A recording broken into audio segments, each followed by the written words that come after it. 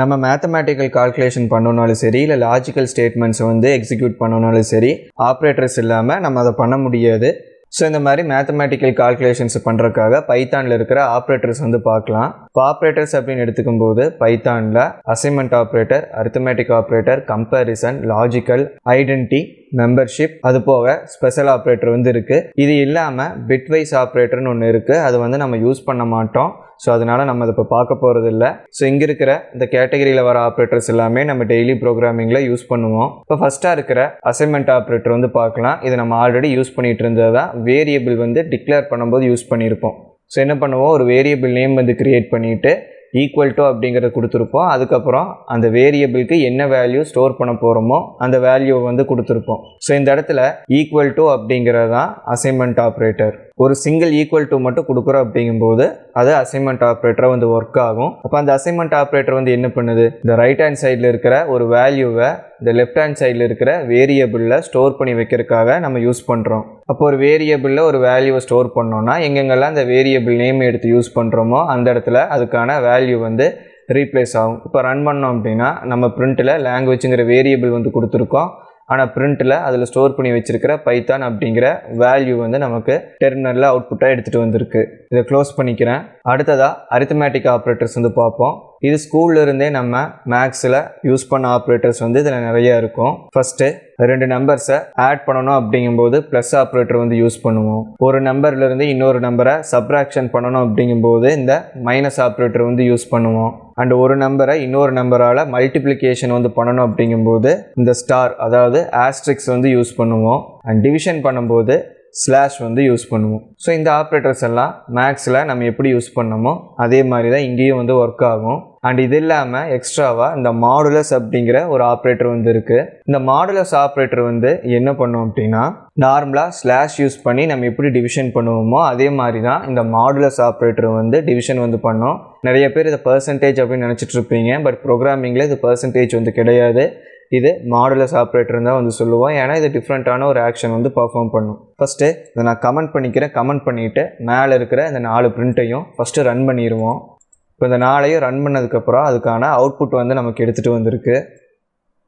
இப்போ பார்க்கும்போது ஃபஸ்ட்டு 4 + 5 வந்து 9 அப்படிங்கிற அவுட்புட் வந்து வந்திருக்கு. அதுக்கப்புறம் 6 - 4 வந்து 2 அப்படிங்கிற அவுட்புட் வந்து வந்திருக்கு. அண்டு 3 × 5 வந்து 15ங்கிற அவுட்புட் வந்து வந்திருக்கு. அண்டு 15/4 வந்து 3.75 அப்படிங்கிற அவுட்புட் வந்து வந்திருக்கு. எப்போவுமே பைத்தானில் இந்த ஸ்லாஷ் யூஸ் பண்ணுறோம் அப்படின்னா பாயிண்ட் வேல்யூ போய் தான் நமக்கு டிவிஷன் பண்ணி ஆன்சர் வந்து சொல்லும். அண்ட் இந்த மாடுலஸ் ஆப்ரேட்டரும் டிவிஷன் பண்ணுறதுக்காக தான் நம்ம யூஸ் பண்ணுவோம். ஆனால் டிவிஷன் பண்ணும்போது நமக்கு அந்த கோஷியண்ட்டை வந்து ஆன்சராக வந்து தராமல் எதை ஆன்சராக தரும்னா ஆக்சுவல் ரிமைண்டர் என்ன வந்துச்சோ, அதாவது பாயிண்ட் டிவிஷன் போகிறதுக்கு முன்னாடி ஆக்சுவல் ரிமைண்டர் வந்து என்ன வந்துச்சோ அதை வந்து நமக்கு அவுட்புட்டாக வந்து தரும். இப்போ மேலே இருக்கிற இந்த 3 பிரிண்ட்டையும் கமெண்ட் பண்ணிக்கிறேன்.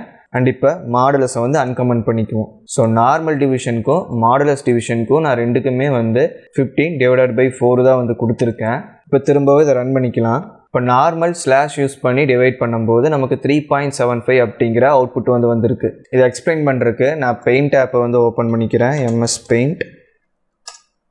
ஸோ இதில் வந்து நம்ம பார்க்கும்போது நார்மலாக 15/4 அப்படின்னு கொடுத்தோன்னா நம்ம இந்த மாதிரி டிவிஷன் வந்து பண்ணுவோம். இப்போ இங்கே 15 அப்படிங்கிற நம்பர் இருக்குது, இங்கே 4 வந்து இருக்கும். இப்போ மேலே அதை 3 டைம்ஸ் இன்டூ பண்ணோன்னா 12 அப்படிங்கிற ஆன்சர் வந்து வரும். அண்டு ரிமைண்டர் வந்து 3 வந்து வந்திருக்கும்.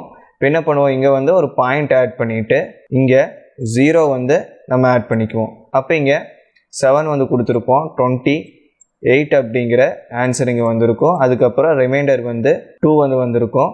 ஸோ இங்கேயும் நம்ம ஒரு 0 வந்து ஆட் பண்ணிவிட்டு 5 வந்து கொடுத்தோம் அப்படின்னா அப்போ இங்கே 20 வந்து வந்துடும். அண்ட் ரிமைண்டர் வந்து 0 வந்து வந்துடும். அப்போ இந்த மாதிரி ரிமைண்டர் வந்து 0 வர வரைக்கும் பைத்தான் வந்து இந்த டிவிஷன் வந்து யூஸ் பண்ணும்போது அதை டிவைட் பண்ணிக்கிட்டே வந்துருக்கும். அப்போ நமக்கு ரிசல்ட் எப்போவுமே பாயிண்ட் வேல்யூஸில் தான் வந்து வரும். இதுவே வந்து நம்ம இந்த மாடுலஸ் ஆப்ரேட்டர் தரும்போது இதே மாதிரி தான் வந்து டிவிஷன் பண்ணோம். ஆனால் ஃபஸ்ட் டைம் இங்கே என்ன எழுதுதோ அதோட ஸ்டாப் பண்ணிக்கும். 12 அப்படிங்கிறது வரும்போது 3 அப்படிங்கிற ரிமைண்டர் வந்து வந்திருக்கும். அப்போ பாயிண்ட் டிவிஷன் எதுவுமே போகாமல் இப்போ வந்த ரிமைண்டர் என்னவோ அந்த ஆக்சுவல் ரிமைண்டரை நமக்கு அப்படியே அவுட்புட்டாக வந்து கொடுத்துரும்.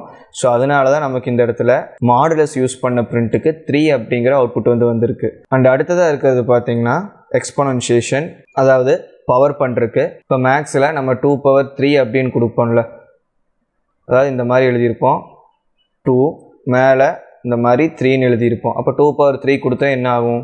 2 × 2 அப்படின்னு 2வை 3 டைம் அதாலேயே வந்து இன்டூ பண்ணியிருப்போம். அப்போ ஆன்சர் வந்து 8 அப்படின்னு வரும். இதை 2³ அப்படின்னு சொல்லுவாங்க. ஸோ அதையே வந்து நம்ம ப்ரோக்ராமிங்கில் கொடுக்கணும் அப்படிங்கும்போது இந்த மாதிரி டபுள் ஆஸ்டெரிக்ஸ் வந்து யூஸ் பண்ணுவோம். அப்போ இதுவும் சேம் ரிசல்ட்டு தான் வந்து கொடுக்கும். அப்போ ஃபஸ்ட்டாக கொடுக்குற நம்பர் வந்து நார்மல் நம்பர், அதுக்கப்புறம் 2 ஆஸ்டெரிக்ஸ் ஆட் பண்ணிவிட்டு கொடுக்குற இந்த நம்பர் வந்து அந்த நம்பருக்கு நம்ம ஆட் பண்ண போகிற பவர். அண்ட் கடைசியாக இருக்கிறது பார்த்திங்கன்னா ஃப்ளோர் டிவிஷன் ஆப்ரேட்டர். இந்த ஃப்ளோர் டிவிஷன் ஆப்ரேட்டரும் இந்த நார்மல் டிவிஷன் என்ன பண்ணுமோ அதே மாதிரியே தான் பண்ணும். ஆனால் ரிசல்ட்டாக வந்து என்ன கொடுக்கும் அப்படின்னா, மேலே இருக்கிற இந்த கோஷன்ட்டில் இந்த பாயிண்ட் வேல்யூஸ் எல்லாம் ரிமூவ் பண்ணிவிட்டு பாயிண்ட்டுக்கு முன்னாடி என்ன நம்பர் வந்துச்சோ அதை மட்டும் நமக்கு எடுத்து ரிசல்ட்டாக வந்து கொடுக்கும். அப்போ 7-ஐ 6 வச்சு டிவைட் பண்ணும்போது 1 ஏதோ ஒரு ஆன்சர் வந்து வரும். ஆனால் நம்ம ஃப்ளோர் டிவிஷன் வந்து யூஸ் பண்ணியிருக்கிறதுனால அந்த பாயிண்ட்டுக்கு அப்புறம் வர வேல்யூஸ் எல்லாம் ரிமூவ் பண்ணிவிட்டு 1 அப்படிங்கிற அவுட்புட்டை மட்டும் கொடுக்கும். அண்ட் பைத்தானில் இருக்கிற ஆப்ரேட்டர்ஸ்லேயே அரித்தமேட்டிக் ஆப்ரேட்டர்ஸ் மட்டும்தான் நம்பர் வேல்யூஸை வந்து ரிசல்ட்டாக வந்து கொடுக்கும். மற்ற ஆப்ரேட்டர் கேட்டகரி எல்லாமே வந்து பூலியன்ஸை தான் வந்து நமக்கு ரிசல்ட்டாக வந்து கொடுக்கும். ஸோ அரித்தமேட்டிக் ஆப்ரேட்டர்ஸ் வந்து பார்த்துட்டோம். அடுத்து கம்பேரிசன் ஆப்ரேட்டர் வந்து பார்க்கலாம். ஸோ கம்பேரிசன் ஆப்ரேட்டர் வந்து நம்ம எதுக்காக யூஸ் பண்ணுவோம்னா, ஸோ ஒரு நம்பரை இன்னொரு நம்பர் கூட கம்பேர் பண்ணி அதிலிருந்து ஒரு ரிசல்ட்டை வந்து ஜென்ரேட் பண்ணுறதுக்காக இந்த கம்பேரிசன் ஆப்ரேட்டர் வந்து யூஸ் பண்ணுவோம். ஸோ இதுலேயும் நம்ம ஸ்கூல் காலேஜில் பார்த்தா ஆப்ரேட்டர்ஸ் எல்லாமே வந்து இருக்கும். ஃபஸ்ட்டாக பார்க்குறது வந்து கிரேட்டர் தென் ஆப்ரேட்டர்.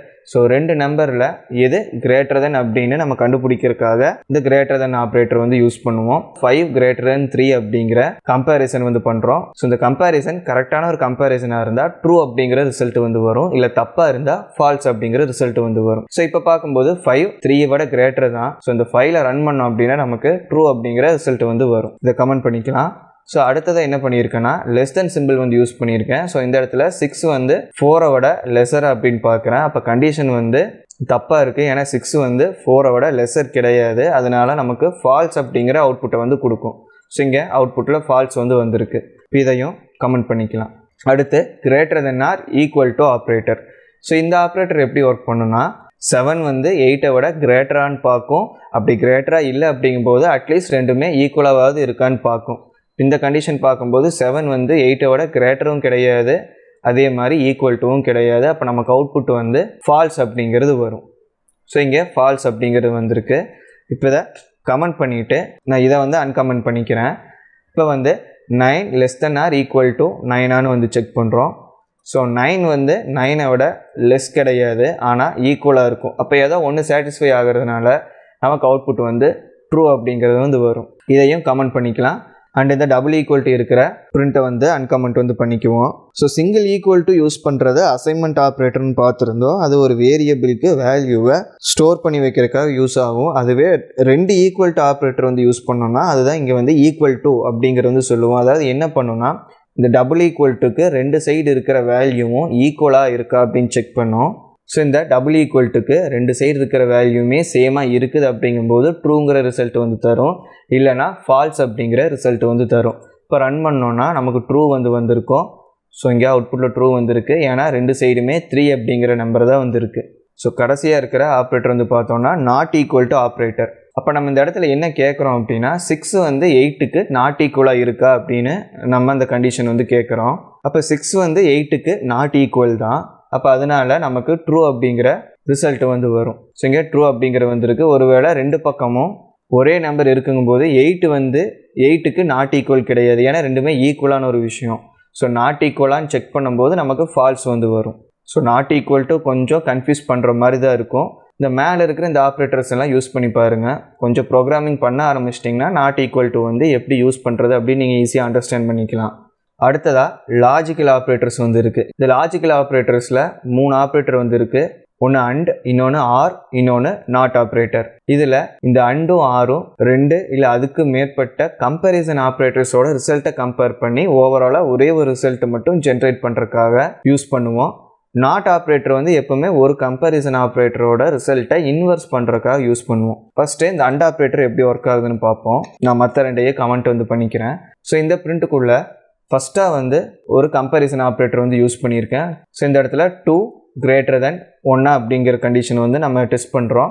இது வந்து கரெக்டாக இருக்குது, அதனால ட்ரூ அப்படிங்கிற ரிசல்ட் வந்து தரும். அண்ட் அப்படிங்கிற ஆப்ரேட்டர் வந்து கொடுத்துட்டு அதுக்கப்புறம் 8 வந்து 3 விட கிரேட்டராக இருக்குது அப்படின்னு செக் பண்ணுறோம். இதுவுமே வந்து ட்ரூ அப்படிங்கிற ரிசல்ட் வந்து கொடுத்துருக்கோம். இப்போ அண்ட் ஆப்ரேட்டர் என்ன பண்ணுன்னா 2 ரிசல்ட்டையும் கம்பேர் பண்ணி அது ஒரு ரிசல்ட்டை வந்து ஜென்ரேட் பண்ணும். ஸோ அதுவுமே பூலியன் தான் வந்து ரிட்டர்ன் பண்ணும். அண்ட் ஆப்ரேட்டர் எப்படி ஒர்க் ஆகும்னா, ஸோ இந்த மாதிரி நம்ம எத்தனை எக்ஸ்பிரஷன் வேணாலும் அண்ட் ஆப்ரேட்டருக்கு நம்ம எழுதிக்கிட்டே இருக்கலாம். ஒவ்வொரு எக்ஸ்பிரஷனுமே கண்டிப்பாக ட்ரூவை ரிட்டர்ன் பண்ணுது அப்படிங்கும்போது தான் ஃபைனல் அவுட்புட் வந்து நமக்கு ட்ரூ அப்படிங்கிற அவுட்புட் வந்து வந்திருக்கும். இந்த மாதிரி நம்ம டெஸ்ட் பண்ணும்போது ஏதாவது ஒரு கண்டிஷன் ஃபால்ஸ் வந்து நமக்கு அவுட்புட்டாக கொடுத்தாலும் ஓவரால் ரிசல்ட் வந்து ஃபால்ஸ் தான் வந்து வரும். ஸோ இந்த ஸ்டேட்மெண்ட்டே நம்ம பார்க்கும்போது இது வந்து ட்ரூ ரிட்டர்ன் பண்ணும், இதுவும் ட்ரூ ரிட்டர்ன் பண்ணும். ஆனால் இது வந்து ஃபால்ஸ் வந்து ரிட்டர்ன் பண்ணும். ஏன்னா 5 வந்து 2 விட லெஸர் தென் வந்து கிடையாது. இப்போ அதை ரன் பண்ணோன்னா ஃபால்ஸ் அப்படிங்கிற அவுட்புட் வந்து வரும்.